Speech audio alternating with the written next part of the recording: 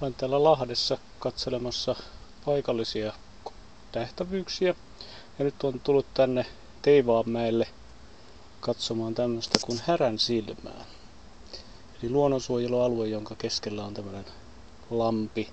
Ja käydään nyt vähän kurkkaamassa, että minkälainen se on.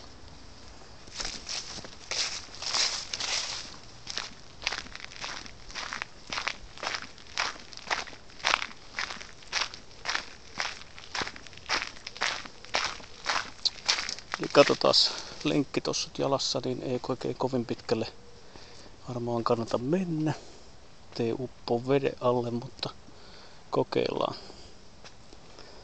mihin saakka pohjat pitää. Nyt taitaa olla jo vähän tiukkaa. Eli lampi, puita ympärillä, keskellä kaupunkia ja tänne ei kuulu juuri liikenteen melu kuin vaimeona kumona.